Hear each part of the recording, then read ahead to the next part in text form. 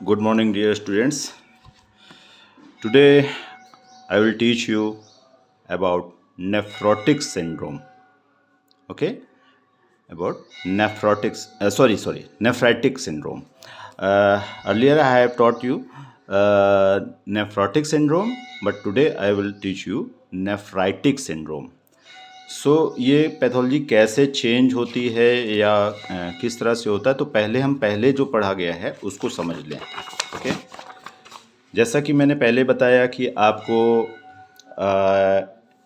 जो nephrotic condition कैसे develop होती है, तो सबसे पहले तो आप ये रिकैप कर लें. जैसे कि मान लीजिए कि आपकी ये fenestrated afferent and efferent arterioles हैं एंड बेसमेंट मेम्ब्रेन है एंड ये ग्लोमेरुलस आपके पोडोसाइट्स हैं, visceral visceral cells and parietal cells, but this is visceral podocyte cells. And filtration slits is there. क्या साइज होता है इसका? 22-30 नैनोमाइक्रोन. ओके, देन आपका फिल्ट्रेशन स्लिट के अलावा अगर आप इसमें एंडोथेलियल सेल्स के बीच में फिनेस्ट्रेशंस की साइज़ जाने, तो फिनेस्ट्रेशन की साइज़ है, जैसा कि मैंने पहले भी बताया आपको, 70 to 100 नैनोमाइक्रोन नैनोमीटर. अगर नॉर्मल सबनेफ्रोटिक रेंज का मतलब होगा, यानी कि अगर प्रोटीन 3.5 ग्राम के नीचे प्रोड्यूस होता है, यूरिन से आता है बाहर, तो हम ये मान के चलेंगे this is subnephrotic condition of the urine और किडनी.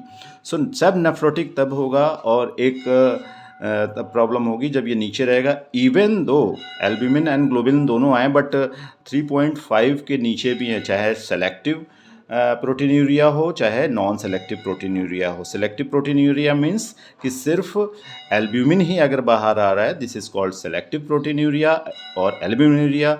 एंड अगर ग्लोबुलिन भी साथ में बाहर आता है, तो then this will called the non selective proteinuria.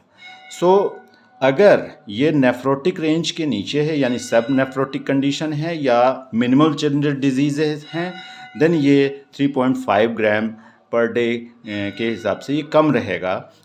अगर ये उससे ऊपर जाता है, इवन चाहे आप एल्ब्यूमिन भी आ रहा हो चाहे ग्लोबुलिन भी आ रहा हो, अगर 3.5 के नीचे रहता है, then this is called sub nephrotic condition. अगर ये इससे ऊपर जाता है, then you can say the nephrotic condition. Okay, nephrotic condition तभी बोलेंगे जब ये 3.5 ग्राम पर डे 24 घंटे के ऊपर जाता है, तभी. मैंने आपको आगे पहले बताया कि क्या क्या कंडीशन बनती है. जैसे कि अगर ब्लड में आपका प्रोटीन लॉस होने लगेगा, प्रोटीन बाहर जाने लगेगा, तो जब प्रोटीन बाहर जाने लगता है तो इसको प्रोटीन को कंपनसेट कौन करता है?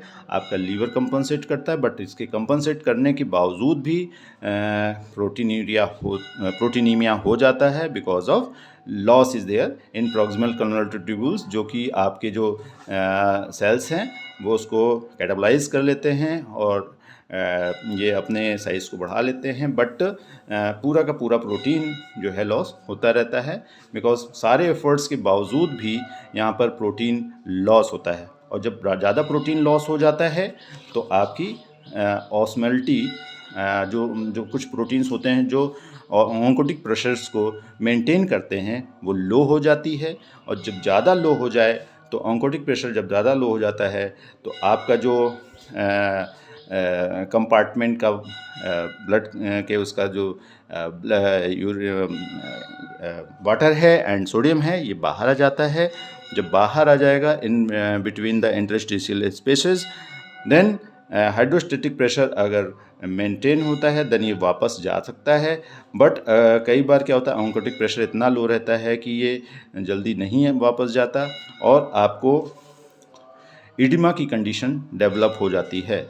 और अगर प्रोटीन यूरिन में ज़्यादा जा रहा है, जो प्रोटीनूरिया हो रहा है, एंड यहाँ प्रोटीन लॉस हो रहा है आपके ब्लड स्ट्रीम में, ये GFR हाई हो गया, यानी कि जो आपका ग्लोमेरुलर फिल्ट्रेशन रेट है वो ज़्यादा हो गया है because of more filtration slits, मतलब जब फिल्ट्रेशन स्लिट्स ओपन हो गए बहुत ज़्यादा, तो इसकी वजह से अगर ज़्यादा हो रहा है तो ये कंडीशन डेवलप हो जाती है नेफ्रोटिक कंडीशन। नेफ्रोटिक कंडीशन जैसा कि मैंने पहले बताया कि इसमें आपको हाइपोप्रोटीनीमिया होगा, प्रोटीन्यूरिया होगा। देन हाइपोप्रोटीन्यूरिया की वजह से आपके ब्लड स्ट्रीम में प्रोटीन कम हो जाएगा, प्रोटीनीमिया डेवलप हो जाएगा। प्रोटीनीमिया डेवलप होने की वजह से ऑस्मोलिटी ब्लड की जो है घट जाएगी, कैपिलरीज की घट जाएगी।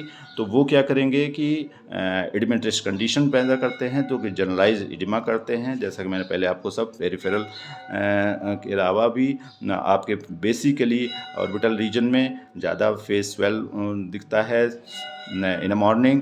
देन उसके बाद धीरे धीरे करके जनरलाइज एडिमा भी नसार का भी दिखाई देता है। चलिए, ये तो हो गई आपकी नेफ्रोटिक कंडीशन की जो सिंपल अगर चेंजेस होते हैं। तो कुछ चेंजेस और भी होते हैं, जैसा कि मैंने पहले भी बताया। लिपिड्यूरिया होगा, यानी कि लिपिड बहुत बाहर आने लगेगा बिकॉज ऑफ लीवर के प्रोडक्शन, हाइपर प्रोडक्शन की वजह से। देन आपकी ब्लड में ब्लड लिपिड्स की कुछ मात्राएं जो होती हैं, जो बैड लिपिड्स होते हैं वो बढ़ जाएंगे और गुड लिपिड्स की कम हो जाती है। तो बैड लिपिड्स में जैसे LDL, VLDL, ILDL, triglycerides, IDL वगैरह सब बढ़ जाते हैं। So this condition called hyper lipidaemia and bad lipids बढ़ जाएंगे एंड लिपिड्यूरिया की कंडीशन हो जाती है। और एक कंडीशन और आती है जिनमें कुछ प्रोटीन्स जो हैं बॉडी में हमारे जो कि बड़े स्मॉल मॉलिकुलर वेट के प्रोटीन्स होते हैं, लीक होने लगते हैं। तो कुछ प्रोटीन के लॉस होने की वजह से कुछ बॉडी में और भी चेंजेस आते हैं। लाइक ट्रांसफरिन अगर लूज़ होता है, ट्रांसफरिन लूज़ होने लगेगा तो आपका जो ट्रांसफ़र ब्लड में आपको हीमोग्लोबिन को इधर से उधर ट्रांसफ़र करता है। ट्रांसफरिन जो है आपके आयरन को ट्रांसफ़र करता है, तो वो हीमोग्लोबिन लेवल को कम करने लगेगा और एनीमिया डेवलप होने लगेगी बॉडी में। तो जो अगर नेफ्रोटिक सिंड्रोम का भी पेशेंट है तो उसको एनीमिक कंडीशन भी होने लगेगी बिकॉज ऑफ ट्रांसफरिन लूज होने की वजह से। वो क्योंकि आपके यूरिन के थ्रू ट्रांसफरिन भी बाहर आने लगेगा। देन एक और प्रोटीन लॉस होता है जिसको बोलते हैं एंटी थ्रोम्बिन 3 प्रोटीन, जो कि एज अ थ्रोम्बिन कटर के काम को करता है, जिससे कि वो क्लॉट बनने में सहायता करने लगता है। क्योंकि अगर ये लूज़ होगा ज़्यादा और थ्रोम्बिन कटर आपके उसमें नहीं रहेगा ब्लड में, तो क्या शुरू हो जाएगा, रीनल वेन थ्रोम्बोसिस या किसी भी तरीके की थ्रोम्बोसिस को जनरेट करने लगेगा वो। ठीक है। और एक कंडीशन और डेवलप होने लगती है जिसको बहुत ज़्यादा अगर हम मान के चलें कि हॉलमार्क रहता है हमारे ग्लोमेरुलर फिल्ट्रेशन या ग्लोमेरुलर डिजीज़ के लिए या रीनल पैथोलॉजीज के लिए, लो मोलिकुलर कॉम्प्लीमेंट प्रोटीन, जो कि बहुत ज़्यादा लॉस होते हैं जब। तो ये लीक डाउन जब होने लगते हैं तो आपके इम्यून सिस्टम पे बहुत ज़्यादा फ़र्क पड़ने लगता है। जब बहुत ज़्यादा इम्यून सिस्टम लो होता है तो स्पेशली आपको न्यूमोकोकल बैक्टीरियाज या स्ट्रेप्टोकोकल बैक्टीरिया, स्टेफिलोकोकल बैक्टीरियाज का इन्फेक्शन आपके बॉडी में बढ़ने लगता है। सो ये कुछ और रीज़न्स हैं जो मैंने पिछली बार आपको लेक्चर में नहीं बता पाया था, बट अभी मैं इसको इसलिए एक्सप्लेन कर रहा हूँ क्योंकि लेटर आप जब भी आगे बढ़ते हैं नेफ्राइटिक कंडीशंस के लिए या नेफ्राइटिक कंडीशन को समझने के लिए, तो ये ज़रूरी है कि ये समझें कि कौन कौन सी चीज़ें लॉस होती हैं उस समय नेफ्रोटिक कंडीशंस में ही, और ये आगे चल के हमारी नेफ्राइटिक कंडीशंस को जन्म देने के लिए सहायक होते हैं। अब आते हैं हम लोग नेफ्राइटिक कंडीशन। अब नेफ्राइटिक में क्या होगा, लाइक मान लीजिए ये आपकी ब्लड स्ट्रीम है, ये है basement membrane of the your glomerulus या नेफ्रॉन, एंड ये आपकी ग्लोमेरुलर फिल्ट्रेशन। सो क्या होता है कि गैप जो है फिर बहुत ज़्यादा बड़े होने लगते हैं जब कभी हम जब ट्रीटमेंट कर रहे हैं किसी भी नेफ्रोटिक कंडीशन के पेशेंट को, और नेफ्रोटिक कंडीशन जब ज़्यादा बढ़ने लगती है और हम ट्रीटमेंट करते करते एडवांस पैथोलॉजी में भी चला गया पेशेंट, अगर ठीक से या तो उसने ट्रीटमेंट नहीं लिया या नहीं करवाया तो पैथोलॉजी थोड़ा सा एडवांस होने लगती है, तो नेफ्राइटिक कंडीशन भी बढ़ने लगेगी। अब नेफ्राइटिक कंडीशन कैसे आएगी? नेफ्राइटिक कंडीशन में क्या प्रॉब्लम आती है कि जब फिल्ट्रेशन स्लिट्स वगैरह या आपके फेनेस्ट्रेशंस की साइज़ बढ़ने लगती है, चार्ज मेम्ब्रेन के वो नेगेटिव होने लगते हैं, जो नेगेटिव चार्ज ख़त्म होने न्यूट्रलाइज होने लगते हैं। सो हमारा क्या होता है, ब्लड का जो अदर कंपोनेंट हैं, वो तो मान लीजिए कि आपका एल्ब्यूमिन आ ही रहा है, बाहर साइड में ग्लोबुलिन आ ही रहा है, ओके, ग्लोबुलिन आ ही रहा। अब कंडीशन चेंज होके एक डिफरेंट कंडीशन आ जाएगी जिसमें आरबीसीज भी बाहर आने लगेंगे, यानी कि हिमेचूरिया डेवलप होने लगे। हिमेचूरिया की कंडीशन क्यों डेवलप होगी? बिकॉज यहाँ जो इन्फ्लेमेशन है, इन्फ्लेमेटरी कंडीशंस हैं, because of heavy inflammatory lesions and like macrophages and neutrophils, platelet and complementary proteins, antibodies वगैरह जब ज़्यादा यहाँ डेवलप होने लगेंगे तो यहाँ पर एक जाम की स्थिति स्टार्ट हो जाती है।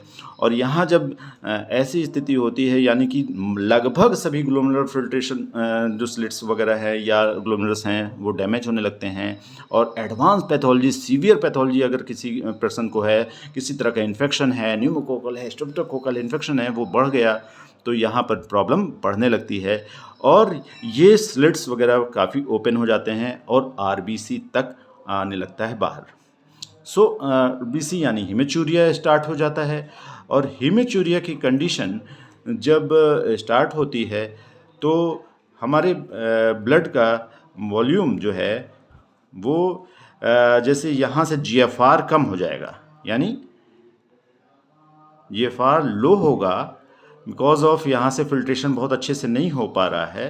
तो जीएफआर की कंडीशन जब लो होने लगेगी तो ये जो कंसंट्रेशन लेवल है इसका भले ही मतलब जैसे अब बाहर इसके ना वाटर आ पा रहा है ना कोई चीज़ आ पा रही है, तो आपके जो वाटर का लेवल है बॉडी का या प्रोटीन का लेवल है, लॉस तो होगा बट प्रोटीन का जो लॉस, हैवी लॉस था, वो इधर की वजह से अंदर ही ब्लड में ही रह जाएगा, तो ये मेंटेन रह जाएगा एंड वाटर भी रह जाएगा। सो बहुत हैवली वो ना होने की वजह से अगर प्रोटीन रह रहा है तो ऑन्कोटिक प्रेशर भी रिड्यूस नहीं होगा ज़्यादा। जब ऑन्कोटिक प्रेशर रिड्यूस नहीं होगा तो हमारा क्या है, स्वेलिंग की कंडीशन, ओवरऑल बॉडी की कंडीशन में जो एडिमा है, एडिमा रिड्यूस होने लगेगा। अब एडिमा रिड्यूस होगा तो बहुत से जब डॉक्टर्स ये खुश हो जाएंगे कि भाई चलो एडिमा रिड्यूस हो रहा है, इसकी कंडीशन जो है बेहतर हो रही है पेशेंट की। हमने जब मेरे पास आया था तो ये बहुत ज़्यादा स्वेलिंग लेके आया था, पूरे बॉडी में स्वेलिंग रहती थी, सब कुछ है, बट अभी वो जो है बहुत ज़्यादा स्वस्थ नज़र आ रहा है, यानी कि स्वेलिंग कम हो गई है। सो वो खुश हो जाएगा और उसकी कंडीशन के ऊपर उसको छोड़ देगा।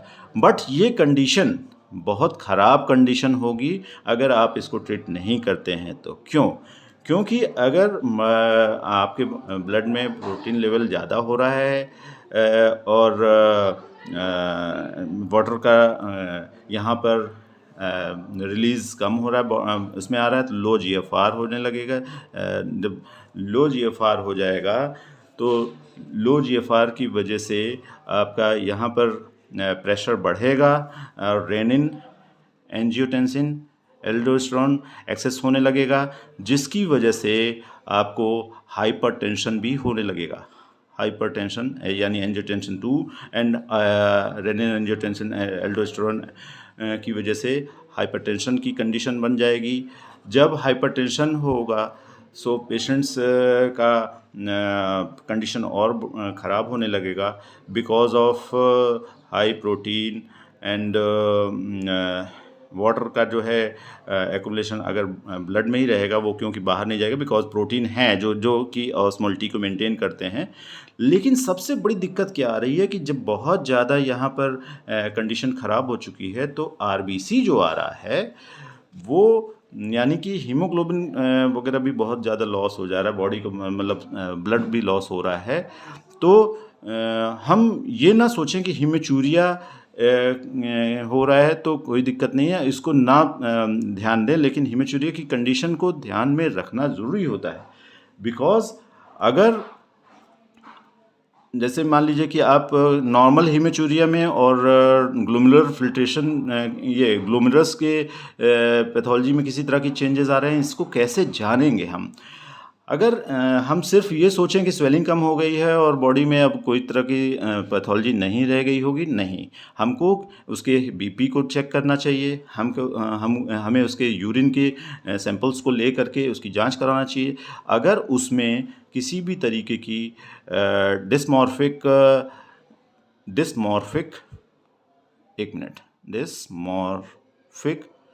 आरबीसी अगर दिखती है, या कहें कि आपको स्टार शेप्ड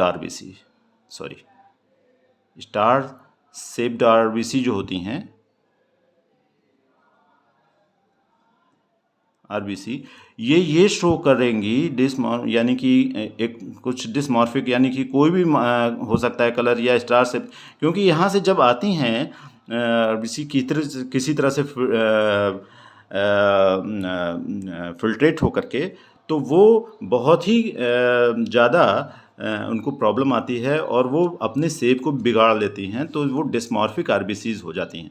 तो जब अगर आपको किसी नेफ्रोटिक कंडीशन के पेशेंट को देख रहे हैं, अगर उसकी अचानक से स्वेलिंग बहुत कम हो जाए, तो आपको तुरंत यूरिन इन्वेस्टिगेशन के लिए भेजना चाहिए और उसमें आरबीसी का शेप देखना चाहिए कि क्या है। अगर नॉर्मल शेप है, दैट मीन्स कि नॉर्मल हेमेचुरिया, कहीं आपके यूरेथ्रल ब्लीडिंग हो रही होगी या किसी तरह का लोकल ब्लीडिंग है, इसकी वजह से अगर ग्लोमेरुलर पैथोलॉजी है कोई, तो आपको उसमें आरबीसी डिस्मॉर्फिक मिलेगी और स्टार शेप्ड आरबीसीज मिलेंगी। ओके, सो एक और कंडीशन आएगी जब ये कन्वॉल्यूटेड ट्यूब्यूल्स होते हैं, इनमें with the protein and RBC ये मिल करके एक ट्यूब की तरह, जैसे मान लीजिए ये ट्यूब है, इस तरह का एक कास्ट डेवलप करते हैं। This is called RBC cast. कुछ प्लग्स बना देते हैं, ये रुक रुक के कन्वर्टेड ट्यूब्यूल्स में ये आते रहते हैं। ये मान लीजिए बीच में ही हैं, तो ये बाहर जब यूरिन के आएंगे बाहर, तो ये आरबीसी कास्ट के रूप में होंगे। सो ये भी एक वो है कि आप जब यूरिन के सैंपल में देखते हैं, तो एक तो आपको आरबीसी डिस्मॉर्फिक दिखेगी या स्टार शेप्ड दिखेगी, और दूसरा आरबीसी कास्ट भी दिखाई देंगे। ओके, सो आपको ये जान लेना है तब कि ये कंडीशन बहुत ज़्यादा ख़राब है और हमें किसी तरह के पेशेंट को ढीला नहीं छोड़ना। उसके लिए जो इन्फेक्शंस बढ़े हैं या इम्यून रिस्पॉन्सेस बहुत हैवली डिस्टर्ब्ड हो गए हैं, जिसकी वजह से ये प्रॉब्लम आ रहा है। अब चाहे बीमारी कोई भी हो, अब आपको मैंने जैसे कि पहले भी बताया कि मैं सिर्फ अभी नेफ्रोटिक एंड नेफ्राइटिक कंडीशंस को या changes of the pathology of the glomerulus की बता रहा हूँ। ग्लोमेरुलर डिजीज़ेज़ जो होती हैं वो अलग हैं, और यही अलग क्या है, मतलब ये कैरेक्टरिस्टिक्स लेते हैं या फीचर्स रखते हैं, तो उनके नाम चेंज होते हैं। मान लीजिए मिनिमल चेंजर डिजीज़ेज़ हैं, या फोकल सेगमेंटल ग्लोमेरुलोपैथीज हैं, या ग्लोमेरुलर स्क्लेरोसिस है, या रेमब्रेंस नेफ्रोपैथी है। सो आपने बुक्स में अगर दिखाना चाहें, तो अगर आपको मैं बुक्स में दिखाऊं कि ये कंडीशन डेवलप होती हैं, उसी के डिजीज़ेज़ जो होती हैं उनके नाम भी चेंज होते चले जाते हैं। जैसे मिनिमल चेंज डिजीज़ेज़ हैं, फोकल सेगमेंटल ग्लोमेरुलर स्क्लेरोसिस है, या मेम्ब्रेनस नेफ्रोपैथी है, इसी तरह से आईजी नेफ्रोपैथी है, डेंस डिपॉजिट डिजीज़ेज़ हैं, इसी तरह से C3 ग्लोमेरुलर नेफ्राइटिस है। अगर सेकेंडरी कोई disease, systemic disease, lupus nephritis है, डायबिटीज़ में नेफ्रोपैथी है, इस तरह से तमाम कंडीशंस बनती हैं। बट जो उसकी कैरेक्टरिस्टिक्स है, अब हेरिडिटरी भी होता है, जैसे कि आपकी पोडोसाइटन स्लिट डायफ्राम प्रोटीन म्यूटेशंस भी होते हैं, हाइब्रिड डिजीज़ेज़ भी होती हैं। तो इस तरह की कंडीशन जब अगर डेवलप होती हैं, तो ये जितनी भी चीज़ें मैंने बताई हैं, चाहे सब नेफ्रोटिक कंडीशन हो, नेफ्रोटिक कंडीशन हो या नेफ्राइटिक कंडीशन हो, सब जगह आपको इनके फीचर्स मिलेंगे। तो डिफरेंट डिजीज़ेज़ में डिफरेंट फीचर्स आते हैं। लाइक आपको अगर बुक्स में देखेंगे तो कुछ आपको ये चार्ट के रूप में दिखाया हुआ है कि कहाँ पर आप नेफ्रोटिक कहेंगे, कहाँ नेफ्राइटिक कंडीशन डेवलप हो जाती है। जैसे कुछ जगहों पे नेफ्राइटिक है, जैसे आपको मेमोरस पैथोलॉजी नेफ्रोपैथी है तो उसमें नेफ्रोटिक कंडीशन है। एक्यूट पोस्ट इन्फेक्शस डिजीज़ वगैरह आ जाते हैं, ग्लोमेरुलोनेफ्राइटिस में आ जाते हैं तो नेफ्राइटिक कंडीशन डेवलप होने लगती है। इसी तरह से बहुत सी ऐसी चीज़ें हैं, डिजीज़ेज़ हैं जो कि आपको पढ़ना है, बट डिजीज़ेज़ वाइज ना चल के, क्योंकि हमारे एग्जामिनेशन पॉइंट ऑफ व्यू से अगर देखेंगे तो हमको नेफ्रोटिक कंडीशन या नेफ्राइटिक कंडीशन ही पूछी जाती है। सो अब हमने जान लिया कि नेफ्राइटिक कंडीशन बहुत ख़राब कंडीशन है, तो इसका जो ट्रेट बनेगा वो क्या बनेगा? एक तो हिमेचूरिया होगा, ओके, हिमेचूरिया होगा। हिमेचूरिया में क्या दिखाई देगा आपको? आरबीसी या तो कास्ट दिखाई जाएगा या डिस्मॉर्फिक या स्टार शेप्ड आरबीसी दिखेंगे या डिस्मॉर्फिक आरबीसी दिखेंगे, डिस्मॉर्फिक आरबीसी। ठीक है, तो ये हिमेचूरिया की कंडीशन डेवलप होगी। देन आपका जीएफआर जब लो हो जाएगा तो ओलिगोयूरिया होगा। और एक कंडीशन और डेवलप होगी यहाँ पर, जो कि मैं बताना आपको भूल गया। जब अगर यहाँ पर जैम की स्थिति है, यानी कि फिल्ट्रेशन नहीं अच्छे से हो पा रहा है, तो दो चीज़ें आपकी यहाँ पर हाई हो जाएंगी, जो कि फिल्ट्रेट होकर के बाहर निकल जाना चाहिए था। क्या क्या? आपका आपका सीरम यूरिया बढ़ जाएगा और क्रिएटिनिन बढ़ जाएगा। Serum creatinine and serum urea will increase, and in दोनों कंडीशंस को मिला करके हम लोग इस कंडीशन को क्या बोलते हैं? एजोटीमिया की कंडीशन डेवलप हो जाएगी। तो हमारे जब ज़्यादा चेंजेस आने लगते हैं, एडवांस पैथोलॉजी होती है, तो एजोटीमिया की भी कंडीशन डेवलप होने लगेगी। एजोटीमिया कलेक्टिवली किस चीज़ को बोलते हैं हम लोग? सीरम यूरिया जब बढ़ जाए और क्रिएटिनिन बढ़ जाए इन योर ब्लड, ओके।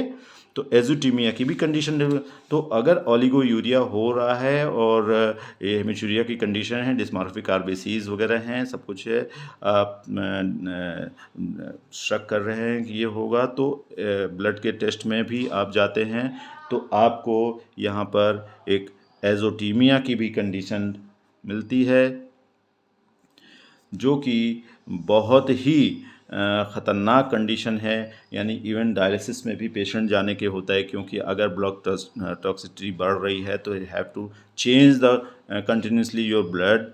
सो उस पर्सन की हमको डायलिसिस में भी कई बार जाना पड़ता है, और क्योंकि उसकी कंडीशन बहुत ख़राब होती है because of parenchymal diseases, heavily changed diseases, not minimal changes, not nephrotic range.